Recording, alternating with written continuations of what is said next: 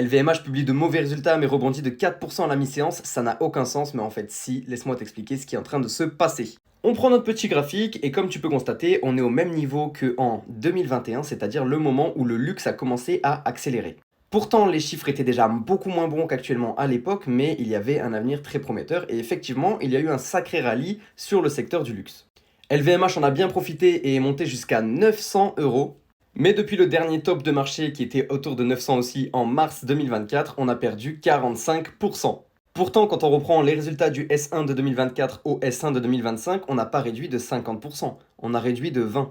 Et certains segments d'LVMH, comme on a pu le voir hier dans la vidéo, ont quand même assez bien performé, sont assez résilients et surtout assez défensifs, même si ce n'est pas de la croissance, on n'est pas sur une baisse abusée. Donc, les investisseurs l'ont vu comme une assez bonne nouvelle sur le fait que LVMH résistait quand même bien à cette crise du luxe, et que même si tout le monde le sait que ça ne va pas repartir de suite, quand il y aura les premiers signaux de départ, il faudra être positionné. En tout cas, c'est ce que pensent les investisseurs. Perso, c'est pas une action qui me fait rêver, je vous l'ai déjà dit, dans le luxe, il y a bien meilleur. Mais si c'est une action qui vous intéresse, entre 450 et 480, c'est ok d'acheter pour essayer d'aller chercher les premiers supports autour de 600 euros.